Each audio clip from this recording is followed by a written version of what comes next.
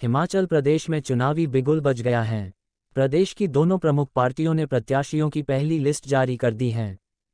शिमला ग्रामीण के कांग्रेस विधायक विक्रमादित्य ने बताया कि कांग्रेस जल्द ही दूसरी लिस्ट भी जारी करेगी।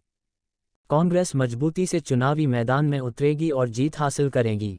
विक्रमादित्य सिंह ने कहा कि कांग्रेस 8 दिसंबर को प्रदेश में सरकार बनाने जा रही है।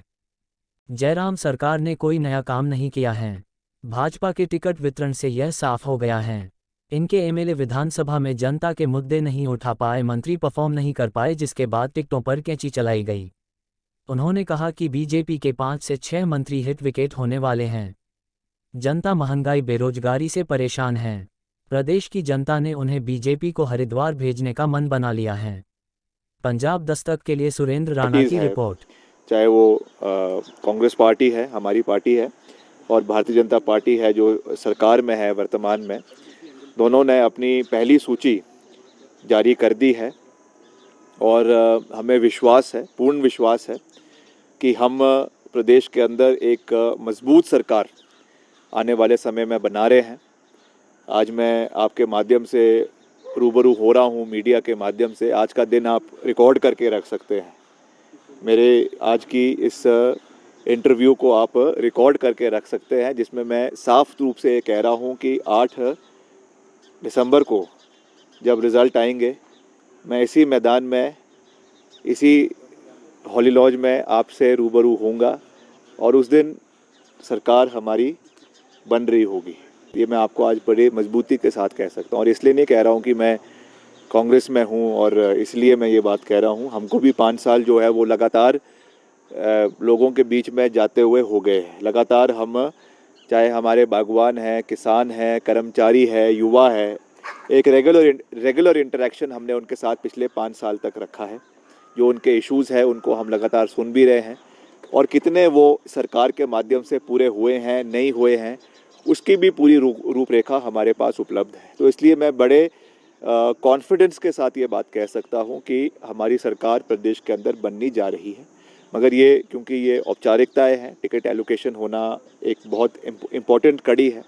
उसमें जो भी हमारे प्रत्याशी अभी करीबन 42 सीट्स में कांग्रेस पार्टी ने दिए हैं, 46 सीट्स में कांग्रेस पार्टी ने दिए हैं, उनको हम अपनी ओर से बहुत बहुत शुभकामनाएं देते हैं। और जो आगामी अभी जो बचे भी हैं, जो शेष बचे हैं, वो भी हमें उम्मीद है कि आज शाम तक या कल सुबह तक जो है उनकी भी सूची आ जाएगी। आज भाजपा की भी करीबन 62 सीट्स की सूची आ चुकी है। तो जो मुकाबला है वो दिलचस्प होगा, और हम जो है मजबूती के साथ मैदान पे लड़ेंगे, मुद्दों के ऊपर लड़ेंगे, सकारात्मक सोच के साथ लड़ेंगे और हिमाचलियत को ज़िंदा रखेंगे, हिमाचल के मुद्दों को उठाएंगे, चाहे हमारे बागवान के हैं, किसानों के हैं, कर्मचारियों के हैं। सब मुद्दों को हम लोगों के बीच में रखेंगे, उठाएंगे, और उन्हें आने वाले समय में जब हमारी सरकार बनेगी, वैसे भी जो हमारी 10 गारंटीज़ है, बड़ी 10 गारंटीज़ है, जो हमने, हर बड़े नेता ने ये बात करी है, मैंने भी व्यक्तिगत रूप से कहा है कि चाहे वो ओपीएस की बहाली है, चाहे वो 1500 रुपये पेंशन हमारी महिलाओं के लिए प्रदेश के अंदर है, और हमारा युवाओं के लिए 5 लाख नौकरियां प्रदेश के अंदर पैदा करने की बात है। 680 करोड़ रुपए का पैकेज युवाओं के लिए रखा गया है। इन सब चीज़ों को हम वचनबद्ध तरीके से पूरा किया जाएगा, जिसके लिए बजटरी प्रोविज़न भी करवाया जाएगा। और ओपीएस तो जो है वो पहली कैबिनेट मीटिंग में उसकी बहाली जनवरी के महीने में जो है वो कर दी जाएगी। शिमला ग्रामीण से जो है वो अपना नामांकन 21 अक्टूबर को सुबह करीबन 12 बजे, दोपहर 12 बजे जो है वो डीसी ऑफिस में, एसडीएम के दफ्तर में रिटर्निंग ऑफिसर के माध्यम से जो है इसको हम फाइल करेंगे। और उसके बाद आगामी हमारी जो है वो पूरी की पूरी प्रचार प्रसार शुरू हो जाएगा। और चाहे वो मुख्यमंत्री जी की है, चाहे वो इनके मंत्रियों की है, संतरियों की है, उससे ही आप ये भांप सकते हैं कि ये जो है ये बैक फुट पर है, और कहीं ना कहीं ये फ्रंट फुट पे जो है चौके छक्के मारने की कोशिश तो कर रहे हैं, पर हिट विकेट होना इनका तय है, ये मैं आपको कह सकता हूँ। और जिस तरीके से इन्होंने अपने कई सिटिंग विधायकों के टिकट काटे हैं, वो इस चीज़ को दर्शाता है कि जो बात हम विधानसभा में लगातार कह रहे थे कि चाहे इनका करसोग का विधायक है, इनका आने का विधायक है।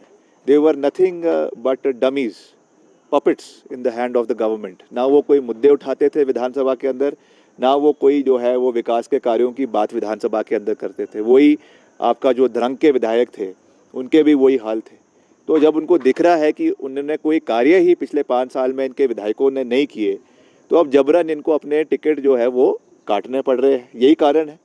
और हमने अपने विधायकों ने अच्छी परफॉर्मेंस दी है, मजबूती के साथ काम किया है, इसलिए हमको जो है पार्टी ने हमारे अंदर फिर से विश्वास जताया है। हम लोगों के बीच में फिर से जाएंगे, जनता का समर्थन फिर से प्राप्त करेंगे और आगे बढ़ेंगे। और जहाँ तक ये भाजपा जो है वो परिवारवाद का आरोप कांग्रेस पार्टी के ऊपर लगाती थी, तो आज वो अपने गिरीबान में झांक कर देखें।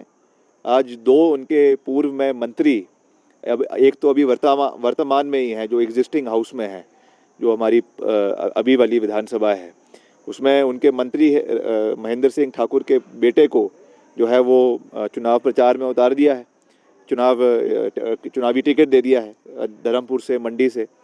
और वैसे ही चेतन बरागटा जी को जो है वो जुबल कोटखाई से, जो स्वर्गीय नरेंद्र बरागटा जी के सपुत्र है, उनको टिकट दिया है। तो मैं समझता हूँ, ये तो मैं वैसे भी पहले भी कह रहा हूँ कि ये परिवारवाद का मसला नहीं होता, ये तो आपको एक अग्नि परीक्षा से गुजर कर जाना है। मैं भी निश्चित तौर से इसमें कोई नकारने वाली बात नहीं है कि मैं एक राजनीतिक घराने से आता हूँ। मेरे पिताजी 6 बार प्रदेश के मुख्यमंत्री रहे हैं और एक बड़ा नाम उनका प्रदेश के अंदर था, मगर अल्टीमेटली हमको जो लिटमस टेस्ट है वो तो पास करना पड़ेगा, जनता का आशीर्वाद भी प्राप्त करना पड़ेगा, और उनके सहयोग से ही हम विधानसभा की दहलीज को पार कर सकते हैं। अगर हम उनका समर्थन लोगों का नहीं मिलेगा तो हम विधानसभा नहीं पहुंच पाएंगे। तो इसलिए हमको इन चीज़ों को जो है वो पीछे रखते हुए मुद्दा आधारित राजनीति करने की आवश्यकता है। जो इश्यूज़ है प्रदेश के उन पे हम लड़ेंगे, चाहे वो बागवानों के हैं, किसानों के हैं, कर्मचारियों के हैं। और जो वर्तमान सरकार है, ये तो इतिहास की सबसे निकम्मी सरकार है, ये तो आप लोगों को बहुत अच्छी तरीके से आप जानते हैं। कोई ऐसे कार्य नहीं है जो 5 साल में इन्होंने जो शुरू किए और कंप्लीट हुए। एयरपोर्ट की मैंने कितनी बारी बात करी, इनका अंतर्राष्ट्रीय हवाई अड्डा आज तक 1 ईंट उसकी नहीं लगी है।